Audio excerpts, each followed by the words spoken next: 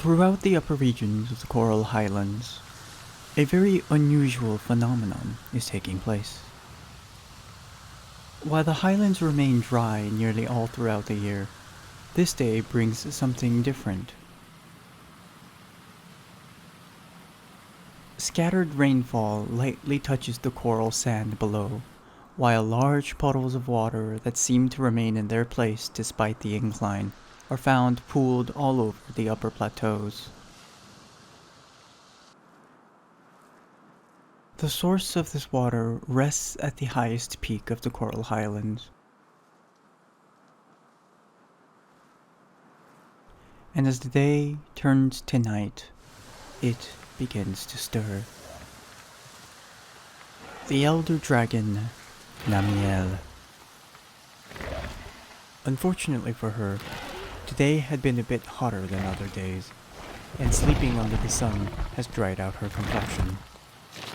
And for one that's also referred to as the Abyss Dragon, this ghastly pale look simply will not do.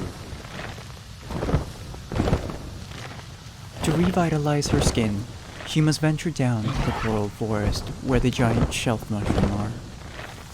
But she mustn't move too quickly, lest her skin cracks and tears. Of the few creatures in the world that are capable of bioluminescence, there are none that can hold a candle to the light show that Namielle can put on.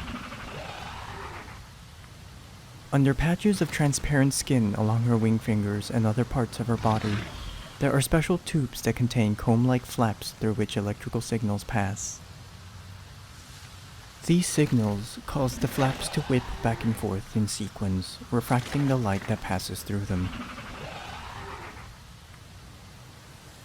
As Namielle have rather poor eyesight, she uses a method similar to echolocation to sense the world around her. By emitting low-voltage pulses from either side of her head, she can accurately map out her environment by sensing the electrical waves that bounce off objects through her whiskers.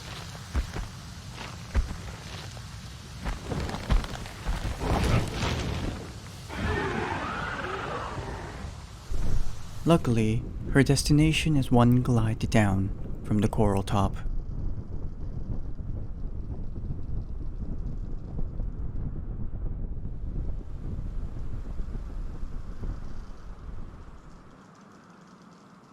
The giant shelf mushrooms that make up parts of the floor of the coral forest store a great deal of water within them and contain a substance that helps the Namielle retain the moisture on her skin.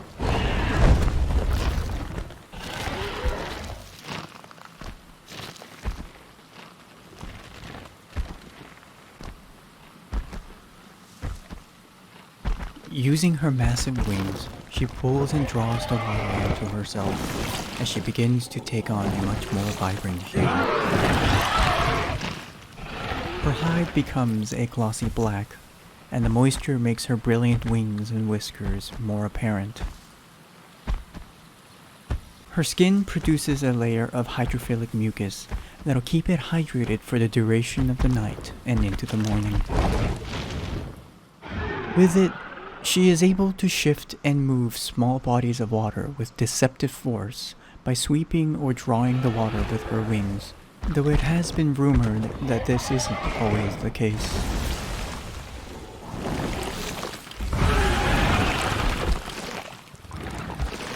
As Namielle get older and tempered through many battles for survival, the electric current that goes through them gets stronger and stronger as their hide becomes even more enchantingly vibrant. The charge that is stored in the strongest of them, those that are considered arc-tempered, are rumored to contain enough power to outright kill smaller wyverns on contact or otherwise severely incapacitate them. For this reason, many native wyvern species and smaller beasts hide away when this elder dragon is around. But this Shamos seems to have missed the memo. The sudden lack of larger wyverns has emboldened it to explore the upper plateaus outside of its usual habitat. And these wild scout flies seemed to have caught its attention.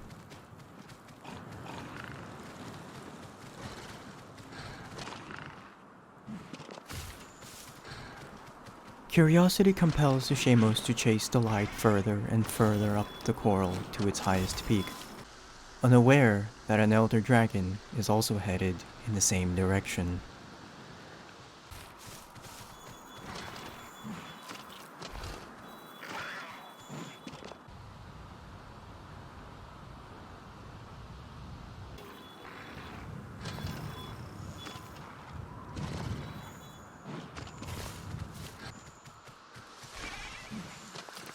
No sooner than they reach the top do the scout flies flash red and scatter, only to reveal an even more dazzling spectacle behind them. Enchanted by the Abyss Dragon's lights, the Shamos can't help but remain transfixed, unaware of the threat before him.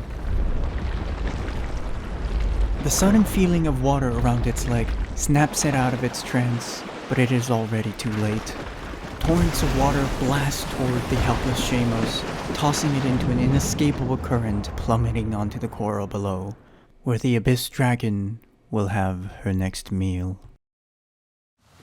To receive the latest publications, please consider subscribing to the Borealis Bestiary project. If you wish to further support the project, consider becoming a patron to speed up future expeditions into the New World.